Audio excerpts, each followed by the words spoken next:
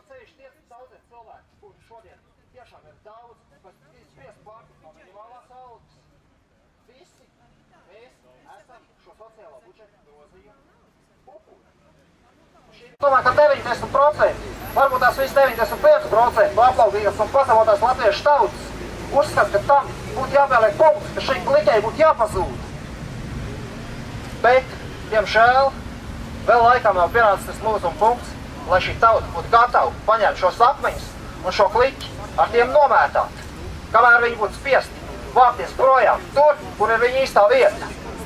Ka vienkārši aplika nodokļiem miljonārs, lika deklarēties, ja kāds deklarācija bija noškugulējis, tam vispār visu atņēma.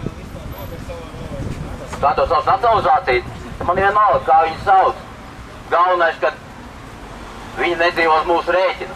Tagad es arī visus šitos gadus, kā izteicās iepriekšējais runātājs, neesmu apmierināts ar visu, kas notiek valstī. Sākums bija ar to, ka man neapmierinātība jau bija, ka nolikvidēja VEF. Es neuzskatu, ka Latvijas inženieri bija stulbāki par Somu inženieriem vai Zviedru inženieriem. Un VEF likvidēt 100% nevajadzēja. Ja vajadzēja viņu rekonstruēt, tad tā bija cita lieta, un tā bija pavisam cita runa. Okupācijas varu, kuru mēs iznīcinājām 90. gados, izrādās, ka izdzīvoja, iztaisīja savu iekšējo perestroiku un turpina to pašu darbu tālāk. Tikai šodien ar mūsu svētību Nacionālā padome ir izvirzījusi šodien noteikusi, pareizāk sakot, pēdējo. Bez tā, pareizāk sakot, demokrātiskiem līdzekļiem cīnīties līdz nākošai Saeimas vēlēšanai.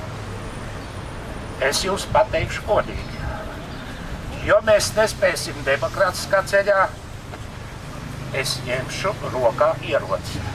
Ienaidnieks ir tikai tad uzvarēts, ka viņš ir beigts.